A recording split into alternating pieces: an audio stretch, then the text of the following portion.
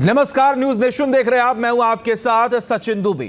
रूस के साथ जंग में उलझे यूक्रेन ने नाटो समूह का हिस्सा बनने के लिए एक कदम और आगे बढ़ा दिया है।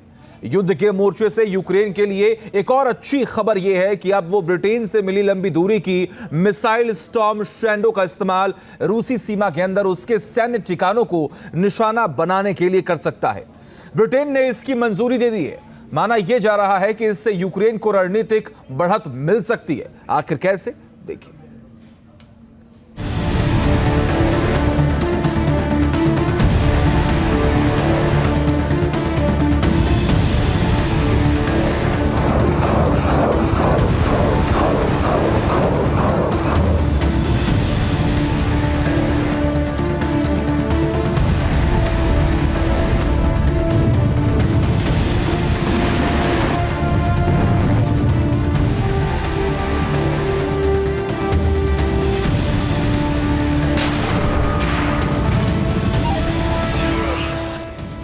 यूक्रेन के राष्ट्रपति वोलोदिमीर जेलेंस्की की अमेरिकी विदेश मंत्री एंटनी ब्लिंकन और ब्रिटिश विदेश मंत्री डेविड लैमी की यह मुलाकात बेहद खास है।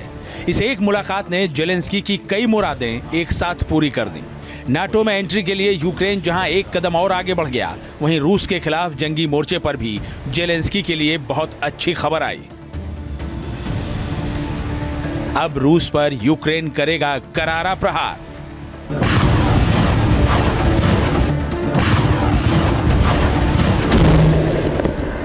ब्रिटिश मिसाइल से पुतिन पर होगा वार।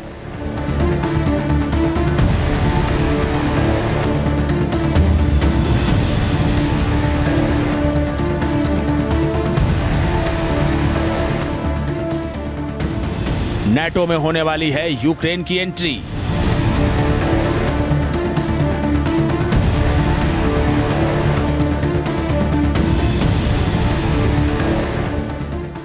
यूरोप में बजने लगी विश्व युद्ध की घंटी।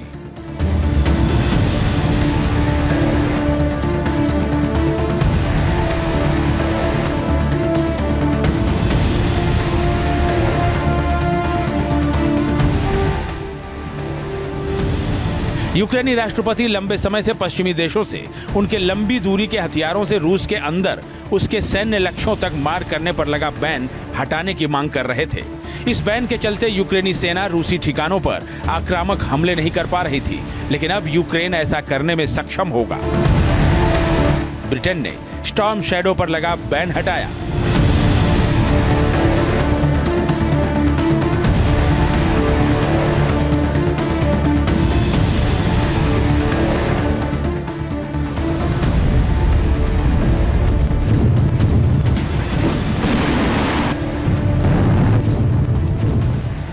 ब्रिटेन ने अपनी खतरनाक मिसाइल स्टॉर्म शैडो से रूस के अंदरूनी इलाकों पर हमला करने संबंधी लगा बैन हटा लिया है। अब यूक्रेन रूस की सीमा के अंदर उसके सैन्य लक्ष्यों को आसानी से निशाना बना सकेगा।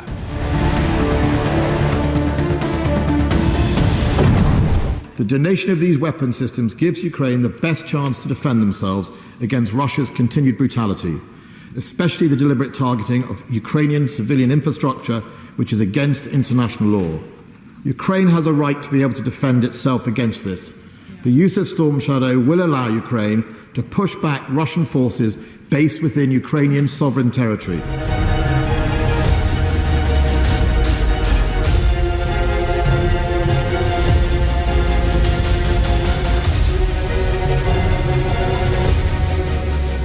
स्टॉर्म शैडो मिसाइल नाटो का प्रमुख हथियार है। इसका इस्तेमाल दुश्मन के अहम रणनीतिक ठिकानों को निशाना बनाने के लिए किया जाता है, लेकिन अब तक यूक्रेन अपनी सीमा के अंदर रूसी ठिकानों और क्रीमिया तक ही इस मिसाइल से हमले कर पा रहा था।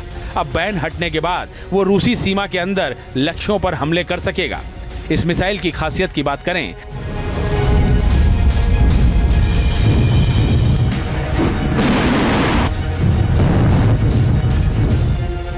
तो ये 1173 किलोमीटर प्रति घंटे की स्पीड से हमला कर सकती है। ये मिसाइल 550 किलोमीटर दूर तक के लक्ष्य को निशाना बना सकती है। ये 450 किलोग्राम विस्फोटक लेकर उड़ सकती है। इसमें GPS, inertial navigation, infrared guided system लगा होता है। ये किसी भी तरह के मौसम में अपने मिशन को अंजाम दे सकती है। दिन और रात दोनों समय में यह हमला करने में सक्षम है। बहुत नीचे उड़ने की वजह से रडार इसे पकड़ नहीं पाते और ये आसानी से अपने टारगेट तक पहुंच जाती है।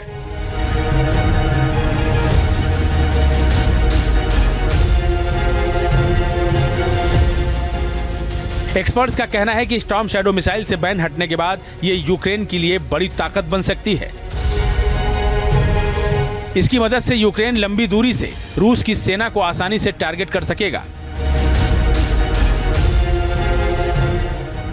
कीव में अमेरिका और ब्रिटेन के विदेश मंत्रियों से हुई मुलाकात के बाद जेलेंस्की के लिए एक और अच्छी खबर आई।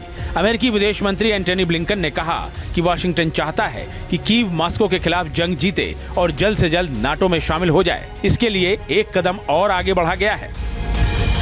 At the July summit, we declared that Ukraine's path to NATO membership is irreversible. And for the first time, NATO established a command dedicated to support Ukraine's membership. Last time I was here, 9 countries had completed bilateral security agreements with Ukraine. Now that number is 26 and counting. इसके साथ ही America ने Ukraine के लिए $325 million की नई मदद का ऐलान भी किया है। यूक्रेन अगर नाटो मेंबर बन जाता है तो रूस के साथ उसकी जंग नाटो की जंग बन जाएगी और फिर नाटो देश खुलकर यूक्रेन के साथ जंगी मोर्चे पर खड़े हो सकेंगे, जो रूस के लिए कहीं से भी अच्छी खबर नहीं होगी। देखिए, अमेरिका यूक्रेन को पाकिस्तान समझता है, यानी अनबिलीवेबल। अगर ऐसा ना हुआ होता तो फिनलैंड और स्वीडन को बाद में नेटो की सदस्यता दे दी गई, लेकिन यूक्रेन को जो उनसे पहले से बहुत लंबे समय से इसकी मांग कर रहा है उसको नहीं दी गई। अब secretary of state America Blinken ji ने कहा है कि हमने यूक्रेन को नेटो की सदस्यता देने के लिए एक कमांड बनाई है और अगर कमांड में सारी कंडीशंस पूरी होती हैं, यानी अगर फिर आ गया, और अब अगर मिल भी जाती है सदस्यता नाटो को तो उसके पीछे भी एक छुपा हुआ उद्देश्य होगा। इन सब के बीच यूक्रेनी सेना का रूस पर हमला जारी है। देखिए, यूक्रेन की 82वीं एयर असॉल्ट ब्रिगेड की मोर्टार टीम कैसे रूसी लक्ष्यों को निशाना बना रही है।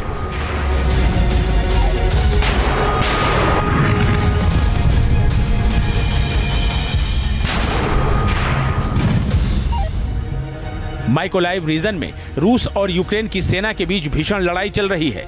देखिए, यूक्रेन की 80वीं separate Galician air assault brigade किस तरह से रूसी ठिकानों को ध्वस्त कर लगातार आगे की ओर बढ़ रही है।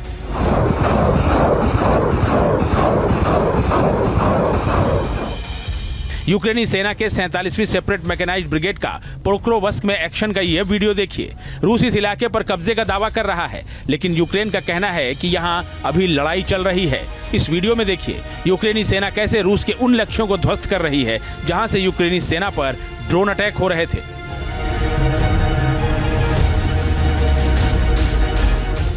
यूक्रेन की सेना लगभग 3 साल से रूस के खिलाफ जंगी मोर्चे पर डटी है।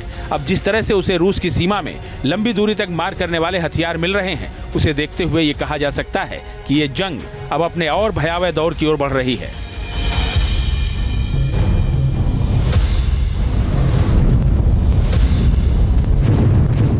Team news nation. News nation अब व्हाट्सएप पर खबरों के ताजा अपडेट के लिए न्यूज नेशन के इस QR कोड को स्कैन करें।